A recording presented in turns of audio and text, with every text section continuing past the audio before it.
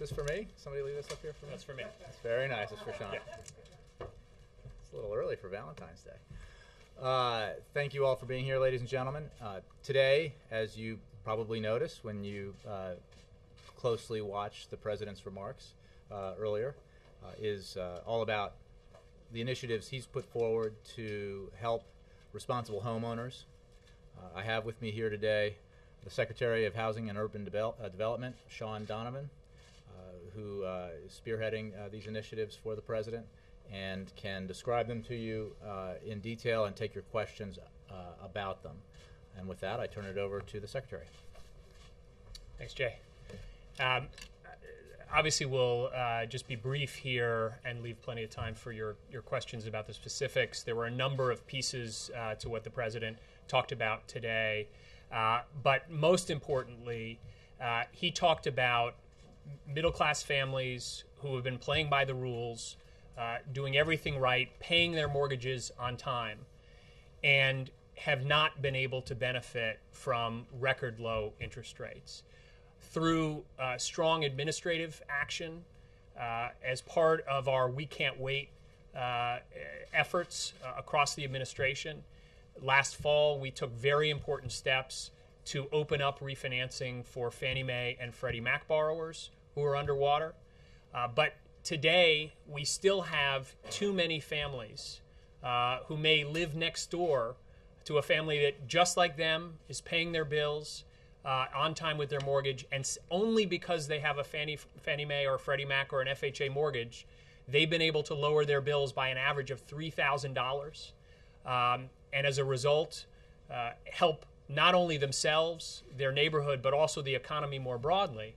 And yet, we have other families who are in exactly the same position, been responsible, and yet because they don't have a Fannie Mae or a Freddie Mac or an FHA mortgage, have been unable to benefit from the lowest interest rates in half a century.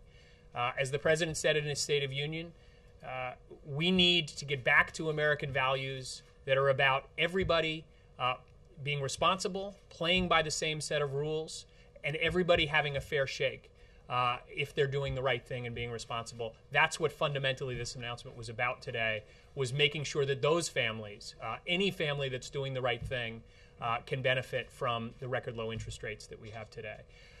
The second main point that he made was about needing strong, clear rules of the road for how our mortgage system is going to operate going forward. And so he announced a Homeowner Bill of Rights that will make sure that when a family is making the single most important economic decision of their lives, purchasing a home, that they will get fair, simple, transparent treatment. No hidden fees, clear explanation on a single short form of what they are signing up for without conflicts of interest. And not only when they buy their home, but as they pay their mortgage over time, as they mortgage is what we call serviced by an institution after they bought that home, that they can expect to be treated fairly and transparently as well. No more lost paperwork while they are trying to get help. No more getting a foreclosure notice while they're negotiating with their servicer because they've lost their job or had a medical emergency, and a very clear right of appeal where they're maybe going through a foreclosure if they've been treated wrongly or wrongly foreclosed on. Those are the simple, straightforward principles that were in that Homeowner Bill of Rights, and that was the other major piece of what the President talked about this morning. He also mentioned that there are other pieces, but I will leave those to any questions or comments you may have. So let's take questions for Shaun. Julie. Thank you.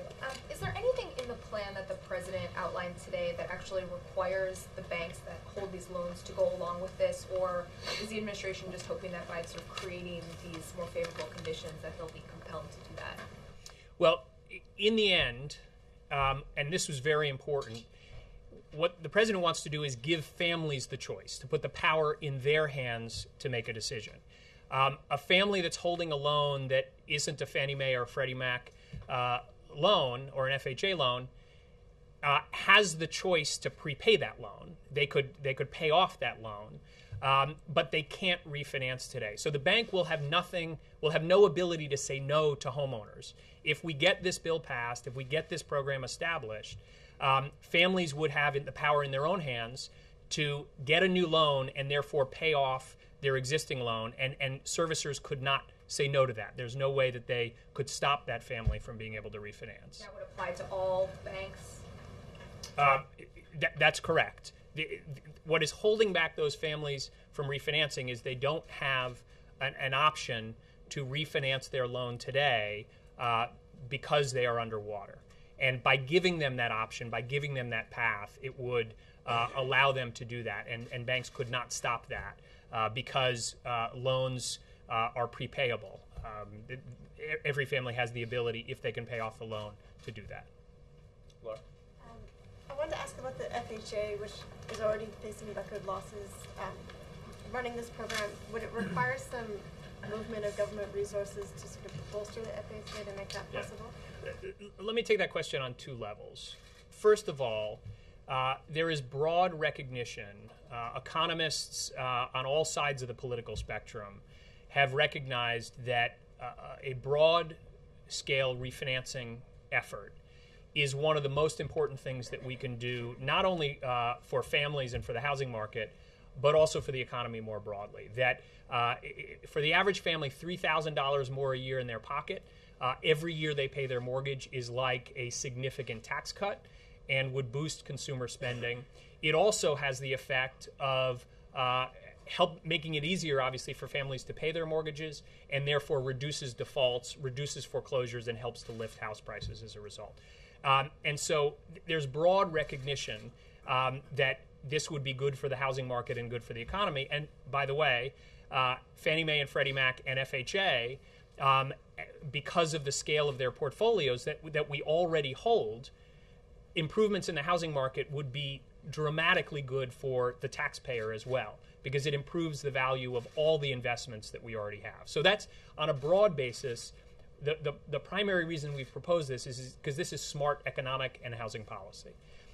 Specifically, though, as I've said before, the president just doesn't think it's right that a family that is doing the right thing arbitrarily, because they happen to have a mortgage that isn't a Fannie Mae or Freddie Mac or an FHA mortgage, doesn't have the ability to benefit. And so what we have designed here is a smart, cost-effective plan to be able to give those families access. And I want to get three specific ways that we would ensure that this would not harm the FHA or taxpayers. First of all, this is only available to homeowners that are current on their mortgages. So these are families, just think about it, the crisis that we've been through, these are families that are underwater, and yet through all of that have done the right thing and paid their bills. So first of all, these are safe homeowners. Second, you reduce their payments by up to $3,000 a year. They become even safer homeowners. Okay. Second, we've proposed a source to fully pay for any potential defaults that we believe would come. We believe that the total net cost is about $5 to $10 billion in total, which would be offset by the bank fee that the president has proposed. And frankly, we believe, as he said this morning, those who are responsible for this crisis should also be responsible for making sure that the damage is repaired. And the very institutions that made many of these mortgages, that caused much of the damage that we're trying to repair, ought to participate in helping to solve it. And we think the bank fee is a good source to do that. And then third and finally, we've designed this in a way to make sure that FHA would be protected by proposing a completely separate insurance fund, separate from all of the other loans that FHA has made. It would be a standalone, firewalled off from the reserves for the other portion of FHA, and designed in a way that the very riskiest mortgages, the most deeply underwater, those with the riskiest borrowers, would not be able to come into the program without actions by the institutions that currently hold them to make them safer loans. So all of those give me confidence that not only we would protect the FHA, but frankly, this would be good for taxpayers broadly because it would help to improve the value of current investments of FHA and the GSEs. Jake. Mr. Secretary, wasn't it 2 years ago that the administration first proposed a bank fee? Am I right about that? January 2010? I believe that's correct. This is the same type of bank fee that you're talking about? As you will see in the budget, it continues to be a proposal that the President believes is the right thing to do. I think, broadly speaking, we believe this is the right housing policy. If Congress believes that there are other ways that we should look at paying for this, I think we would be open to discussions, as the President has done in other situations. We are open to having a discussion with Congress about the best way to make sure the cost of this is covered. What we will ensure, though, and that's the principle of the bank fee, is that there should be a contribution from those who have contributed to this crisis to make sure that the cost of this is fully covered. I just wonder if you couldn't get it through a Democratic House and Senate, why you think now it would be more, it would have a better chance of making it through Congress. I'm the housing secretary. I'm going to leave the politics and the discussions about what's possible in Congress on that to others. Nora. Why not let the housing market run its course and hit bottom, as some have suggested? Well, put yourself in the shoes of a family that is the President described this morning. You've done everything right. You've paid your mortgage, whether you're in Florida or Nevada, California, or right there in Falls Church, Virginia. You've done everything right, and because of the irresponsibility of others, financial institutions, investors, others, you've seen the value of your major financial asset drop by 25% to take Falls Church, by 2/3 or 75% to take Las Vegas. And you know that if somebody else loses their home next door to you, as soon as that foreclosure sign goes up, your own home loses $5,000 to $10,000 in value. And so what we've seen is, particularly in the hardest hit communities, a spiral of declining prices because of the number of properties that are coming onto the market. And there's no question, if you look at the fundamental economics in the housing market, by all standard measures, we've reached a level of prices that is supported by the fundamental economics. And so the great risk here for families, for neighborhoods, is that we let that spiral continue and continue to harm families and neighborhoods in a dramatic way. The second thing I would say is we should not sit on our hands when we know we can help those families to be able to refinance, to do better, and to help the economy. And we have evidence that things that we have done have actually made a difference. And one of the things I would point to in the President's proposal today, we have efforts that we call neighborhood stabilization and others that we announced today that try to take this shadow inventory, the number of homes that are sitting vacant in neighborhoods that have been hard hit, that are dragging down everybody's property values. We want to make sure that there are options for those homes to be renovated and to be returned to use, oftentimes as rental housing, because in many of these markets, it's a smarter thing for the market and for the neighborhood to convert those to rental housing. And when we step back and look creatively at what we could do, what we realized is that between just FHA, Fannie Mae, and Freddie Mac, we control close to half of all the bank-owned properties in the country. And that we could be more creative working with local communities, working with for-profit companies, working with local officials to try to make sure that those homes aren't contributing to the problem, aren't sitting on the market vacant, but could be converted to rental, could be renovated, could put construction workers back to work. All of those things are steps that have been effective already. On average, where we've made those investments, we've seen 75% of those neighborhoods, we've seen the vacancy rates decline, And 2/3 of those neighborhoods, we've seen the house prices rise relative to surrounding communities. So we have tools that we know work, and we're not going to sit on our hands watching middle-class homeowners who've done the right thing and played by the rules get hurt by a strategy that says simply, we're going to stand by and watch them suffer. But you may be asked, you may have to sit on your hands because Congress has said that this plan is dead on arrival. You couldn't get a bank levy passed, as Jake pointed out, 2 years ago when Democrats controlled the House and the Senate. Why shouldn't this proposal today, in an election year, not look like just an effort, a politically motivated effort to reach out to homeowners in key battleground states that just also happen to have big mortgage foreclosure issues, like Nevada, Arizona, Florida, etc.? Well, I'm going to leave the election year politics to others. Let me talk about the facts here and the economics and the housing issues. If you don't want to talk about the politics, then what's to say that any of this is actually going to help anybody when Congress is not going to approve it? So that's the question I was going to try to answer. When the president last fall said that there were steps that we needed to take to help Fannie Mae and Freddie Mac borrowers refinance, there was bipartisan support in Congress to do that. Senators Boxer and Isaacson introduced the bill, and I think you will see broad support across the political spectrum to do this. And just look at the community of economists and other housing analysts, from Mark Zandi and Martin Feldstein on the right to a whole range of economists that are more on the left. This is one of the things that folks believe is the most important step that we can take.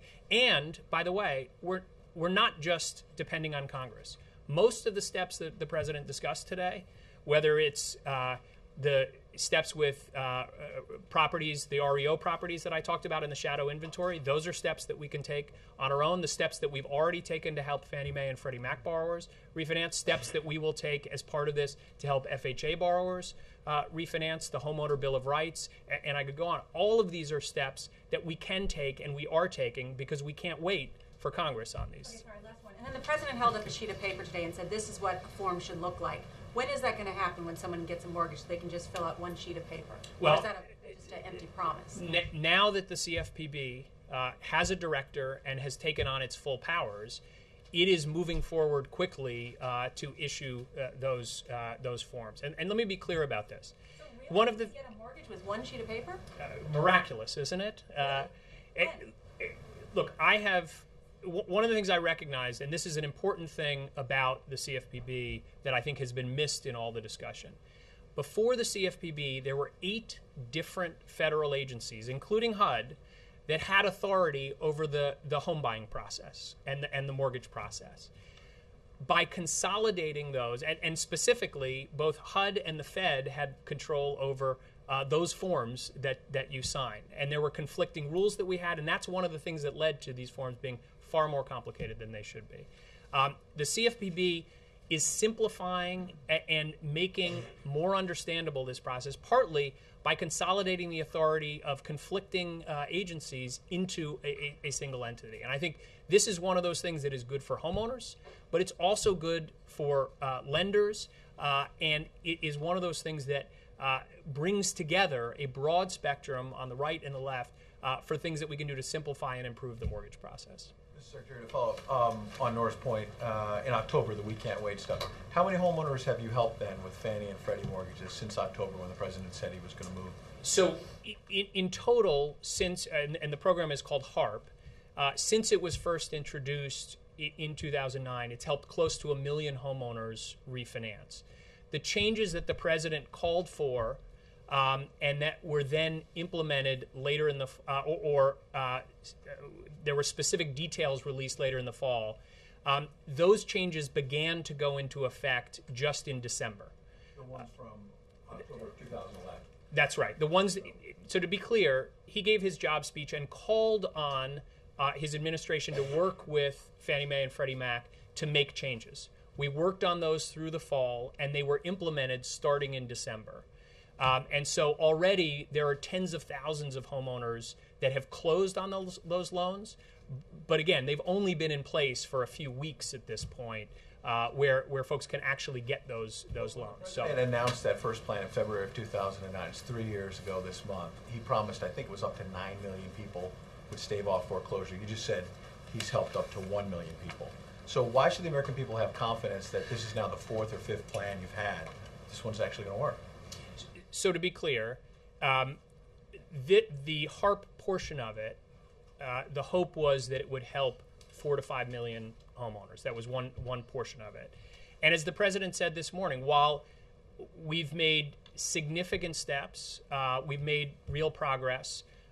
Just to take one example, nearly 5 million families have had their mortgages modified since the president took office. Foreclosures are down by almost 50%. The number of people entering foreclosure down by almost 50%. So we've made progress. But as the president also said this morning, we're not satisfied. We've been disappointed that we haven't been able to reach more people. And frankly, specifically on this refinancing program, what we found after we rolled it out is that there were many barriers out in the market to more people being able to participate. We fixed the problems on their first liens, but many of them had second loans. And frankly, lenders were unwilling to let those families refinance because of the second lien. So we went out and negotiated with those lenders, and we got their approval to automatically resubordinate those loans. That was an important step. Mortgage insurers that were standing in the way of those families being able to. So there's a whole series of barriers out in the market, and I would just say, frankly, one of the problems we had is our mortgage system got so complex. There were so many different players that that very complexity that led to the crash also made it harder to fix.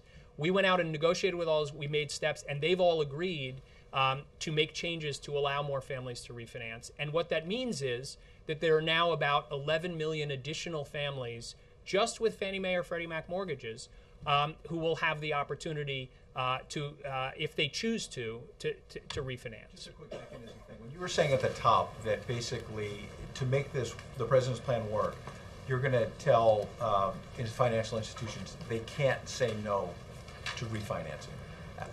How do you actually? How does the federal government tell private institutions you can't say no? You misunderstood. Okay.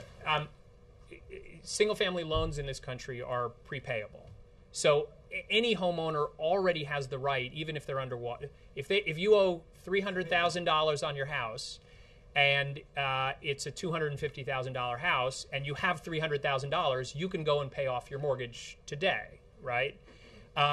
The issue is they can't get a new $300,000 loan.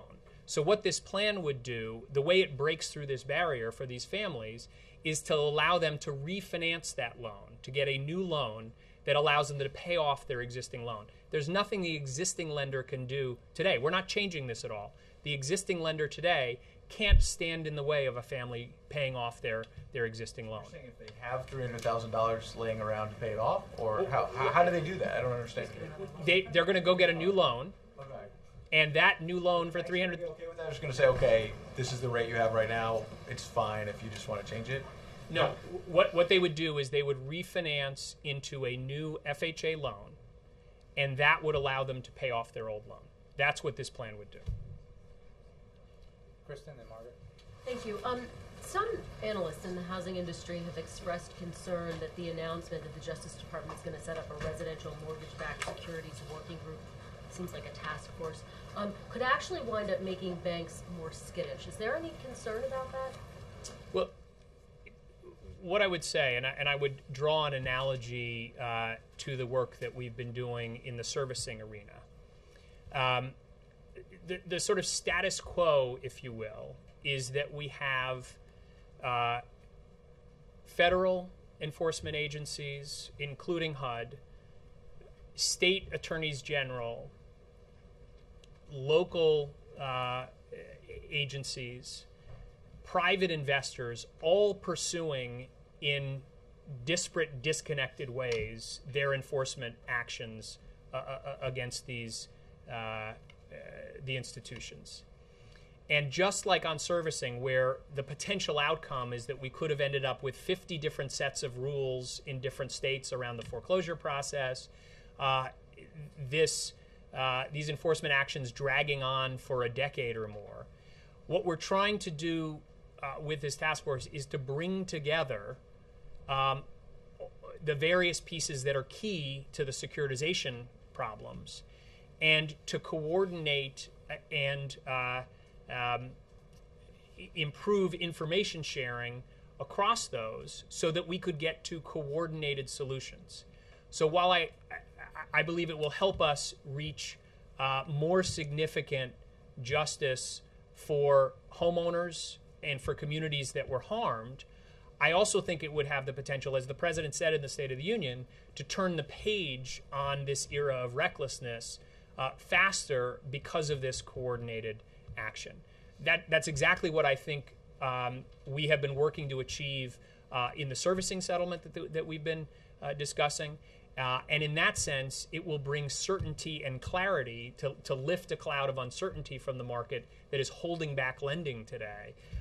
Will help to contribute to lifting that cloud as well by this coordination. And I understand that would be the impact on the market, but in terms of the impact on the banks and how they're approaching loans, I mean, is there any concern that it might have a negative impact or a negative effect? Look, clearly there needs to be accountability for mistakes that were made. Where mistakes were made, there will be penalties. There will be restitution that needs to be paid to homeowners that were harmed. There's no question about that. But again, on the other side, having a disparate set of actions that are pursued independently, just as they were by the state attorneys general on foreclosure, in a disconnected way, leaves a cloud of uncertainty on these institutions, and we need more clarity. We need the clear, simple rules of the road to help us here. And again, this is part of what the Homeowner Bill of Rights that the President announced today is really aimed at. No more race to the bottom. No more institutions falling through the cracks because there are multiple different regulators that have different rules. A single clear set of rules about how mortgages are serviced, who's responsible, and frankly, that will not only be good for homeowners and the housing market more broadly, it will also be good for investors because they will now have clarity where they own a mortgage, who's in charge on making decisions when a homeowner gets in trouble. What can they expect? Those clear rules of the road are good for homeowners and communities, but they're also good for investors and markets and institutions. Margaret, Laura, and then Thank you. Thanks. Nice to see you. So there's a provision in this package that is asking banks to write down 140% of LTV loans. Can you explain how that would work and why banks would agree to that when they haven't been eager to jump on principal write-downs to date? And in terms of the robo-signing agreement, can you tell us what day it'll be finalized and whether California will participate?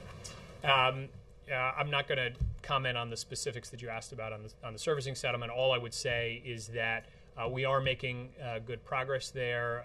I think you know that documents have been shared with the attorneys general. They are making decisions as we speak. A number of them have already announced support for it, and it will be finalized, I would expect, in the coming days. To go to your other question, I mentioned earlier that we want to make sure that we're instituting protections so that the very riskiest loans, institutions need to take responsibility for those and to bear some of the cost of those. In situations where you have a deeply underwater loan, where the house may be worth only half of what the mortgage is, there's increasing evidence that it makes good economic sense for those loans to be written down because it lowers the likelihood of default substantially. And so in that case, we would work with Congress to set limits like the 140% limitation that we've specified that would ensure that we're not taking, that we are minimizing risk to FHA when we take those loans, when they would be refinanced. Congress would need to agree to regulate that, essentially. You can't do it administratively, and you don't think it'll work voluntarily. It would take an act of Congress. Well, Congress could give us could pass legislation that would give us the ability to set that limit, obviously. But that is one of the ways that we are looking to make sure that there is that we are protecting the FHA fund in terms of the design of the program. The only other thing I would just say is that there are other options for principal reduction as part of this effort that are very important. One of the things that the record low interest rates that we have today, one of the sort of powers that creates is the ability for a homeowner to choose either when they refinance to take their savings in lower payments, but also to take their savings and plow it back into paying off their mortgage more quickly. And almost any homeowner that's below that 140% loan to value level, if they choose to take their savings and put it into reducing their principal by shortening the length of their loan, almost every one of them with today's low interest rates can get back above water, can rebuild their equity in 5 years.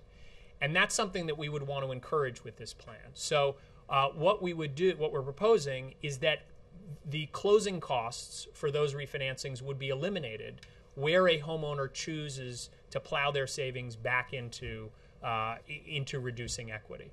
And we think that could be an important part, using the power of the low interest rates today to help families get back above water more quickly. Because as I said, there is mounting evidence that principal reduction is an important element of helping there be fewer foreclosures and to help the housing market recover. I didn't understand your answer to Nora's question. Can the CPFB create a one-page mortgage dealie on their own in the next few months, or did you say what the timetable would be for that? You'd have to ask Richard Cordray exactly what the timeline is. I know, and our teams have been coordinating, I know that they've already begun work on it. Obviously, the president showed a sample form today in his speech, so they're well along in working on this.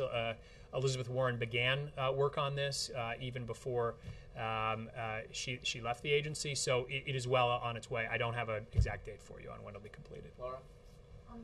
Hi. Taking sort of a step back, obviously there have been several ideas put forward to try to deal with this problem over the last 3 years, and there have been a couple even, both in this administration and last administration, that tried to use FHA to refinance people, and none of them have really worked that well. So I'm just wondering what is sort of fundamentally different about this program, even if you could get it through Congress, that would suggest this would work when every other effort has had just sort of minimal success.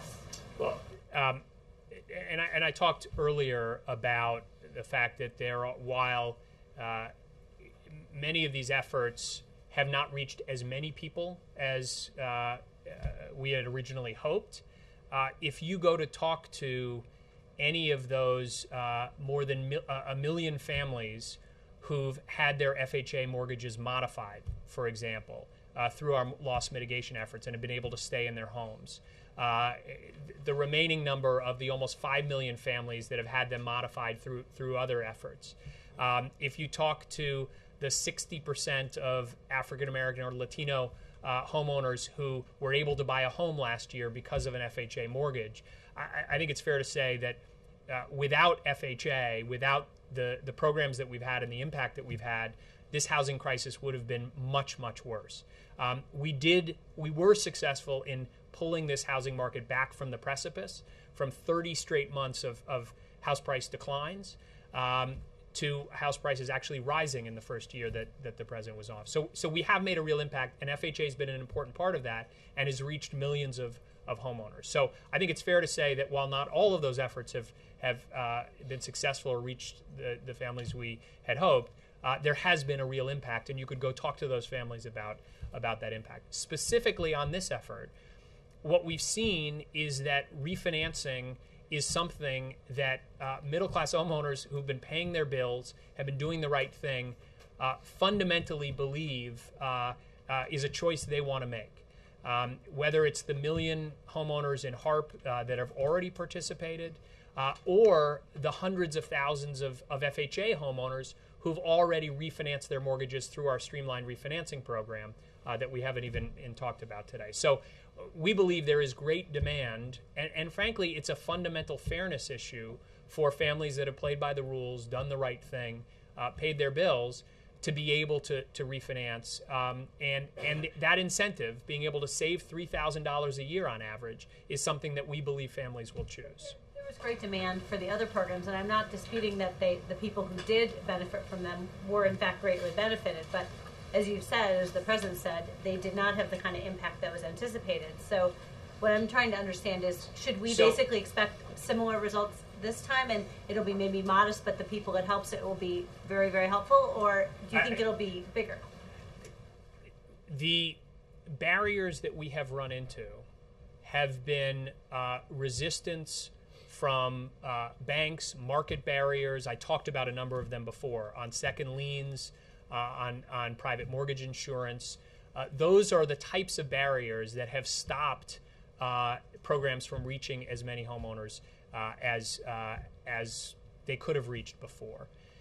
And again, families will choose, and it is up to families to say they want to refinance. But they can be confident that today, because of the work that this administration has done, working with and pushing the private sector, second liens will be automatically resubordinated.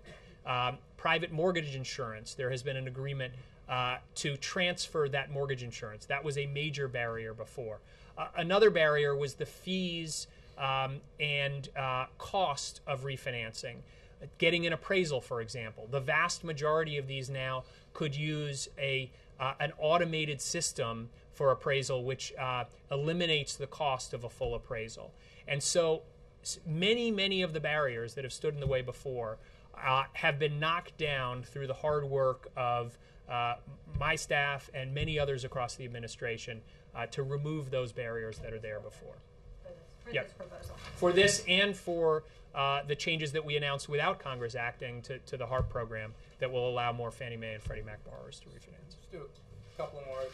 It's Chris Arnold with National Public Radio. To pick that up, I think you had said 11 million homeowners are now potentially eligible for, through HARP 2, I guess. When HARP 2 was announced, FHFA was sort of adamant about saying this is only going to reach 1 million more borrowers. Are you saying enough of those roadblocks have now been removed without legislation that your estimate is it could be 11 million? No, to be clear, what we're talking about is two different things. How many homeowners are underwater and because of their interest rates could potentially benefit, right? That's the sort of pool of eligible borrowers versus how many will actually choose to refinance, right? Those are two very different things. Or who can actually make it through the system to refinance? That ultimately choose and get refinanced. So the changes that have already been announced to HARP, that have been done through administrative actions as part of our We Can't Wait efforts, would make eligible a significant portion of those 11 million. But there remain additional barriers. And to be clear, those 11 million are Fannie Mae or Freddie Mac borrowers that are underwater and could benefit from a refinancing. There are some additional barriers, particularly for those homeowners that are above water, for example. They didn't get some of the same changes that were done for underwater borrowers. We believe that we ought to clear away those remaining barriers to allow that full group of the 11 million at least to be eligible. That's one step. But then there are about 3.5 million borrowers who don't have a Fannie Mae or Freddie Mac or FHA mortgage, who, because simply, as I said before, they happen not to be have a loan that's insured or guaranteed by one of those entities, they have no ability to refinance today. And those 3.5 million would be the additional ones that creating a new pathway, the proposal the President made today, would open up as well. Do you have an updated estimate of if we were saying 1 million through HARP 2 several months ago, currently with the changes that have been made, is there an estimate for how many people might be reached now? Or? At the end, this is one of the things that was very important to the President in this, is the American people, they value choice. They want to be able to choose to refinance their mortgage. They're stopped from doing that today. Ultimately, they're going to make an individual personal decision whether they even hear about this program and call their lender, we can't control completely those choices. And so what I don't want to get into is speculation about exactly how many of those homeowners are going to choose to refinance, whether, for whatever their personal reasons may be. What I can tell you is what I've said earlier, which is here's the eligible universe that we think ought to have the opportunity, the president believes ought to have the opportunity, because they've been playing by the rules, they ought to have the chance to choose that option, and they don't have that today. That's what the legislation would open up. Yes. Speaking about the eligible homeowners, the ones who have made their notes, who have tried to keep up with their payments, isn't the big part of the problem the ones who can't do that? Isn't that the big drag on the market, the people who maybe can't keep up with their payments because they've lost their job, can't refinance because they can't make their payments? Is there any programs beyond what you've discussed already to help those folks, and isn't that part of the big drag on the market here? There's no question that there are significant challenges for folks that haven't been able to keep up with their mortgage payments. And increasingly, as this crisis has progressed, the cause has been less they got a terrible loan product to begin with, and more that unemployment or underemployment. And so what I would say about that is two things. One of the best housing policies is our jobs policy. The more that we can get the American Jobs Act passed, get the payroll tax extended, all of the steps that the president has been calling for on the jobs front, that will help the housing market. Second of all, as I said earlier, we have been able to help close to 5 million families get their mortgages modified. The number of people falling into foreclosure is down by almost 50% today from where it was when the president came into office. So we are making progress. There is more that we can do, and one of the things that is part of this effort that the president talked about today is another We Can't Wait action. Last summer, we came out in FHA and through the HAMP program and extended the forbearance that we provide. Basically, if you've got a homeowner who's lost their job, is looking for a job, obviously paying their mortgage is going to be tough for that stretch while they're temporarily unemployed.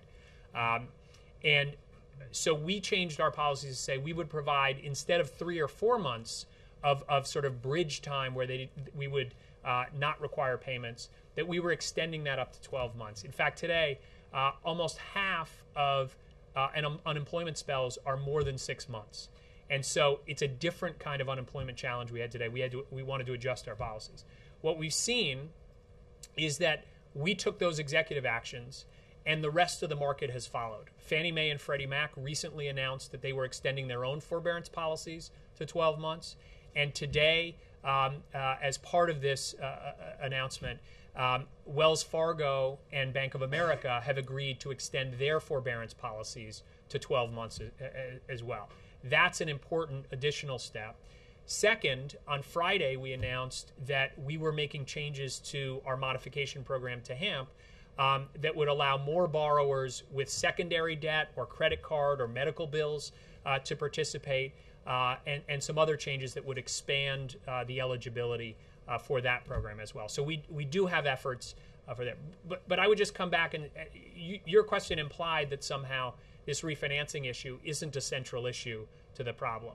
And if you talk to, as I said, economists across the political spectrum, they believe, and we believe, the president believes, that broader scale refinancing is one of the most important steps we can help for these families to put $3,000 more a year on average into their pockets, but also to help the economy more broadly, because consumer spending is obviously a critical piece of what is going to help accelerate our recovery.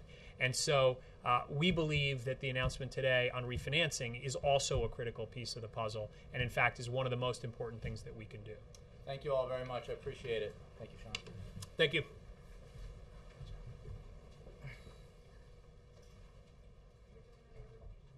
You don't want to take any questions? I thought you were going to take questions. Why don't you guys can email me? I mean, you didn't get enough housing? 2 or 3 questions. 2 or 3 questions? Almost. popular demand. Hey, Josh, why don't you stick around? Real quick, because you have a lot to write about and report on now.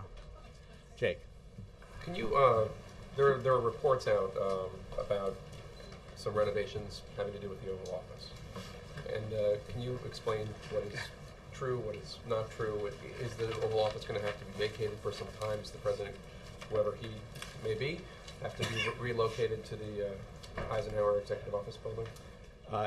Jake, I have a very broad portfolio, but renovations to the campus here are not part of it. So we refer those questions to the GSA, which handles the renovations and all the work that's done on the property here.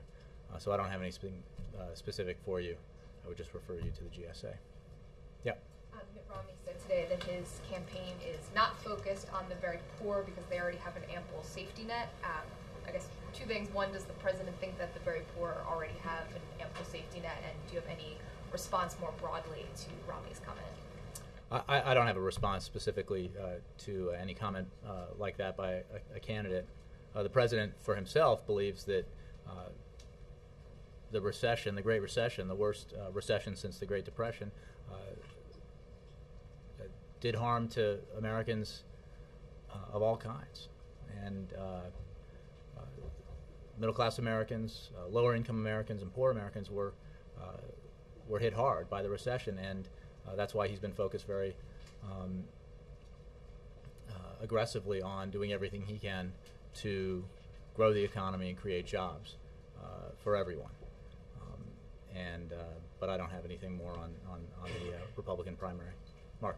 Jay, the Buffett rule was introduced in the Senate today, and I wanted to ask you to clarify. Does the president believe that the definition of paying one's fair share of taxes is 30% of He said that in the State of the Union.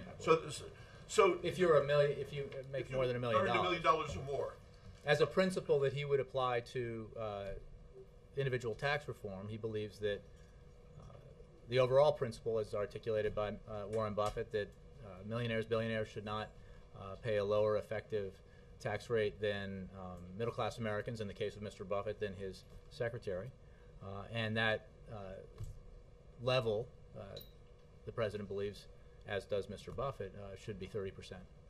and if the Buffett rule were enacted, does that mean the president would no longer seek to eliminate the so-called Bush tax cuts for the wealthy? Well, they're obviously very related because they have to do with federal income tax. The president's approach towards overall individual tax reform would be guided in part by the principle established in the Buffett rule. He has made clear for many years now that he favors extending permanently the middle class tax cuts while letting expire the upper income Bush tax cuts, which, as I want to make this point, adds $800 billion over 10 years to our deficit, just the higher income tax cuts. What an overall tax reform package would look like and what the overall rates would be, would be worked out, but those principles would guide it. And certainly in the president's position, it remains, absent any action on individual tax reform, that the higher-end, upper-income Bush tax cuts should expire. Does it mean that if a wealthy income earner were paying in excess of 30% of adjusted gross income, that they are paying more than their fair share? It's a floor, not a ceiling. If that wealthy earner owes more, then obviously the wealthy earner, like everyone, should pay his or her taxes. The 30% is a floor. Margaret. The Egyptian delegation is in Washington. Among the folks they're meeting with are some national security advisors to the administration. I think this is not the Egyptian delegation, but an Egyptian delegation. Correct.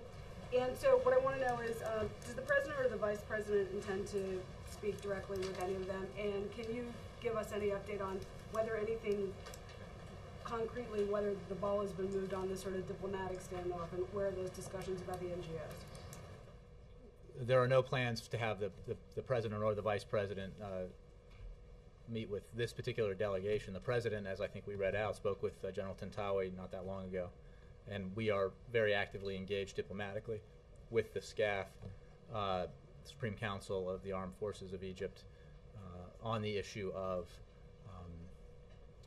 the American citizens who have been told they can't leave Egypt. And we continue to work on that, but I don't have any update for you. Yes, sir. Jay, the Bipartisan Policy Center, collection of Democrats and Republicans, Chuck, Rob, and others came out, you may have seen this, with a report which talks about the need to, in its view, bolster Gulf allies and undertake Gulf covert activities regarding Iran, but specifically it suggests that there be what it calls an increase in rhetoric. It says, through a negotiated settlement, Iran should abandon its nuclear program through negotiations or have its program destroyed militarily by the U.S. or Israel. It's basically suggesting that what the options off the table statement is not credible. Do we think that I don't think it suggests that at all. I think our president's policy is very clear. We are working, because of the approach he's taken, we have brought together the most comprehensive international consensus that has ever existed with regards to opposing Iran's refusal to live up to its obligations. It has resulted in the most stringent sanctions regime ever that has had direct and measurable effects on the Iranian economy and has clearly had an impact on the Iranian regime. The President makes clear that he is determined, and it is this administration's policy that we are determined to prevent Iran from acquiring a nuclear weapon. He has made clear, and others in the administration, including myself, have made clear that we do not exclude any option in ensuring the fulfillment of that policy position. The President strongly believes, as do many of our international partners and allies, that the course we are on is the right course. It is having significant effect, but it should be clear that we do not rule out any options. Last one. Let me go all the way in the back. Yes, sir. Follow up on the questions asked previously about the Situation Room meeting, monthly Situation Room meeting on Afghanistan, Pakistan. We haven't seen the readouts for several months now. Has that meeting stopped, or you're not providing? You know, I do apologize. I haven't looked into that. There are regular discussions, obviously, about the implementation of the president's Afghanistan policy. I don't believe for the last several months there has been a president-run AFPAC strategy meeting or AFPAC implementation meeting, but I will check on that for you. The NATO report in circulation about which says that Pakistan supports Taliban to come back in power. What do you have to say on this? I'm sorry, I apologize. I didn't quite hear. There is a report in circulation about a NATO and ISAF report which says that Pakistan continues to support Taliban to come back in power. BBC report. Yeah. Well, I don't really have any comment on that. Obviously, we, and I'm not familiar with the report, frankly, but the president's strategy is very clear. It is driven by the goal to disrupt, dismantle, and ultimately defeat Al-Qaeda. It also has as its objective to stabilize Afghanistan, to give the Afghan government the breathing room necessary to build up its armed forces, to allow it to gradually take over security lead. We are in the process of that transition as we draw down U.S. forces that were sent in the surge. That process will result, as articulated by NATO in Lisbon, in the full transfer to Afghan lead by the end of 2014. Thank you all very much. And thanks to whoever left the candy.